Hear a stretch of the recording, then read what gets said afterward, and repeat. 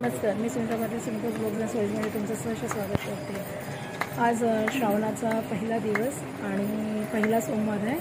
So मी आता मंदिरात आलेली आहे आणि तुम्हीसुद्धा मंदिरात जाणार असाल आज, ज्यांचा उपवास असेल किंवा उपवास नसेल, सर्वजणच शंकराचे दर्शन घेणार आहे। मी सुद्धा घेतलेलं आहे आणि आलेली आहे मंदिरामध्ये।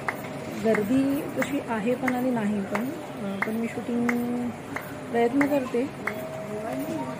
चला आपण बघू जरा होतंय की नाही आपल्याकडनं शूटिंग काढायला।